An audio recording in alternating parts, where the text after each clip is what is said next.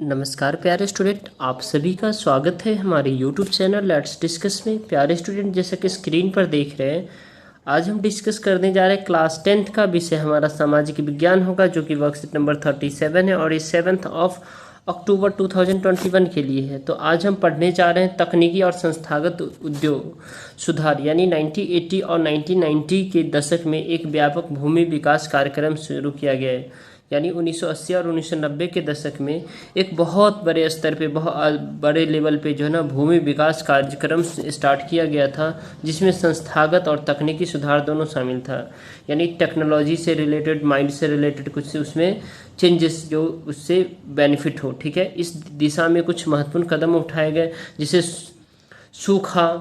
सूखा के लिए, बाढ़ ग्रस्त एरिया के लिए, चक्रवात आती है तो क्या करना चाहिए, आग और बीमारी के खिलाफ फसल बीमा का प्रावधान कैसा होना चाहिए।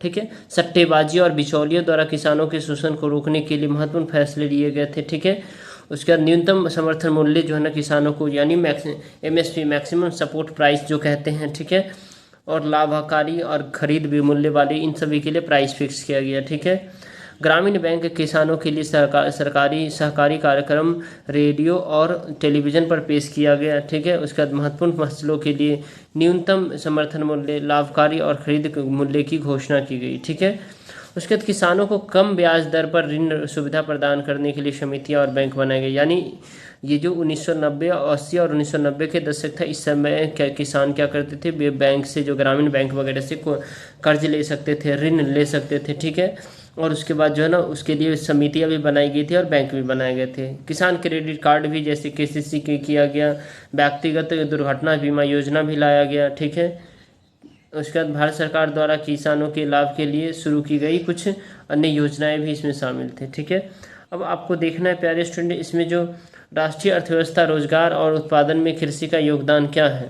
तो चुनौतियाँ, यानी चुनौतियाँ, प्रभाव और सरकार द्वारा किया गया उपाय। सकल घरेलू उत्पाद में कृषि की भागीदारी में गिरावट हुई है, ये चुनौती था, लेकिन इसका प्रभाव था कृषि में ठहराव से अर्थव्यवस्था के अन्य क्षेत्र में भी गिरावट आई, जिसका समाज पर व्यापक प्रभाव पड़ेगा। यानी बहुत बड़े स्तर पे जो समाज, आज जनसंख्या लगातार बढ़ रहा है, इस पर बहुत बड़ा इसका प्रभाव पड़ने वाला है। सरकार द्वारा इसमें क्या कदम उठाया गया। ठीक है, तो देखिए उसके बाद क्या हुआ, जैसे सरकार द्वारा ICR, ठीक है, कृषि विश्वविद्यालय, पशु चिकित्सा सेवा और पशुपालन प्रजनन केंद्र की स्थापना हुई है। अब देखिए उसके बाद नेक्स्ट देखेंगे डियर स्टूडेंट, इसी में हम देखेंगे। ठीक है, जैसे यद्यपि सकल घरेलू उत्पाद की वृद्धि दर वर्षों से बढ़ रही है, यह देश में पर्याप्त रोजगार के लिए अवसर पैदा नहीं कर सकते रही है। ठीक है, सकल घरेलू उत्पाद, जिसमें अगर देश में रहने वाले लोग और विदेश से भी जो आते हैं इंडिया में, और जो भी फैक्ट्री, सारे लोग हैं, सब काम करते हैं। उसके बाद काम करने के बाद, चाहे किसी भी फॉर्म में काम करता है, ठीक है, उसके बाद जो इनकम होते हैं वो पूरे देश का GDP होता है। तो उसी GDP में जो है ना क्या कहते हैं, सकल घरेलू उत्पाद जिसको कहते हैं। तो उसमें कह रहे हैं किसानों को अंतर्राष्ट्रीय प्रतिस्पर्धा से एक बड़ी चुनौती का सामना करना पड़ता है। ठीक है, इसी लेकर के कह रहे हैं प्राथमिक क्षेत्र का जो योगदान है, लेकिन उतना ज़्यादा नहीं है। सरकार कृषि क्षेत्र में विशेष रूप से सिंचाई, बिजली, ग्रामीण सड़कों का जो बाजार मशीनीकरण, सार्वजनिक निवेश में कम कर रही है। ठीक है, इसके साथ साथ डियर स्टूडेंट आप देखेंगे इसमें जो उर्वरकों पर सब्सिडी कम की गई है, जिससे कि उत्पादन लागत में वृद्धि हो। उर्वरक मतलब आप समझ सकते हैं जो है ना, उर्वरक क्या होता है, जो खाद वगैरह। ठीक है, कृषि उत्पादन पर आयात शुल्क में कमी देश में कृषि के लिए हानिकारक साबित हुआ है।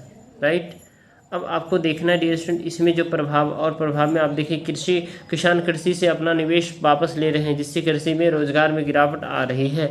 उसके बाद मौसम विज्ञान और मौसम, सरकार द्वारा जो उपाय है, मौसम विज्ञान और मौसम पूर्वानुमान आदि के क्षेत्र में बागवानी, विकास, अनुसंधान और विकास आदि के प्राथमिकता दी गई। यानी मौसम वैज्ञानिक सब ये बता देते हैं कि इससे जो है ना काफ़ी अच्छा सुविधा मिला है। ठीक है, किसानों को भी।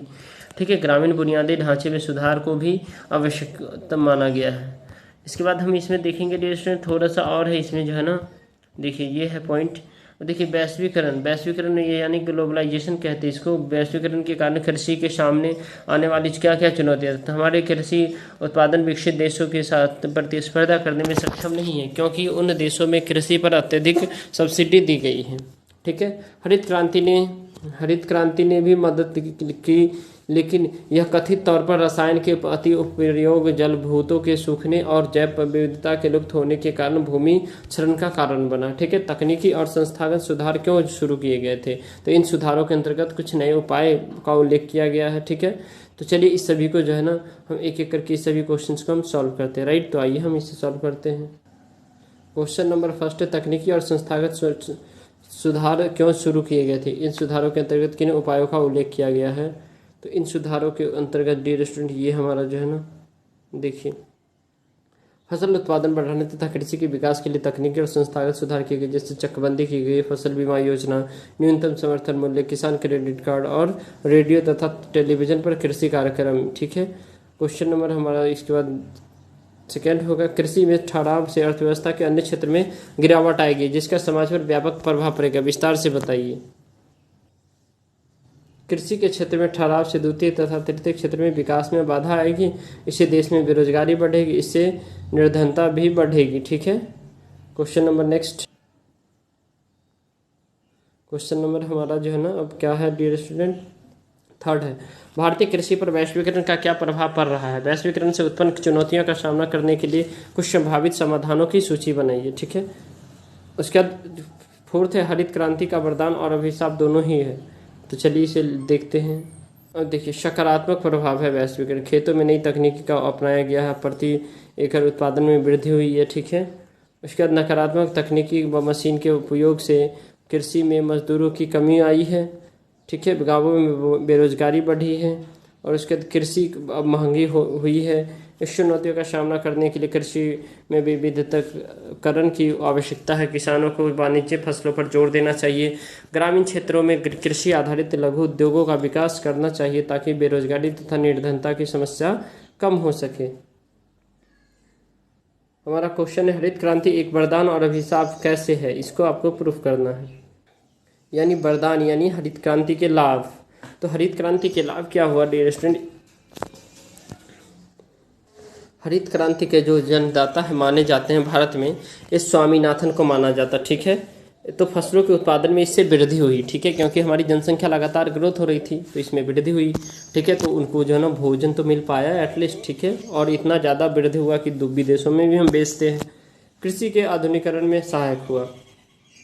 उसके बाद किसानों की आय में क्या हुआ? वृद्धि हो गया। राइट, उसके बाद हानि क्या क्या हुआ? हानि महंगी हुई कृषि, पर्यावरण के लिए लंबे समय में नुकसानदायक होने लगा। ठीक है, नुकसानदायक होने लगा जिससे और ज़्यादा मुश्किलें खड़ी हो गई। ठीक है, तो डियर स्टूडेंट लगता है ये वर्कशीट आपके लिए हेल्पफुल है, तो इसे ज़रूर लाइक करें। चैनल पे नए हैं तो चैनल को सब्सक्राइब करें और वीडियो को शेयर करें। ठीक है, ताकि आपको लेटेस्ट नोटिफिकेशन मिलता रहे। राइट, तो चलिए फिर मिलते हैं नेक्स्ट वर्कशीट में, तब तक के लिए bye bye, take care, have a nice day.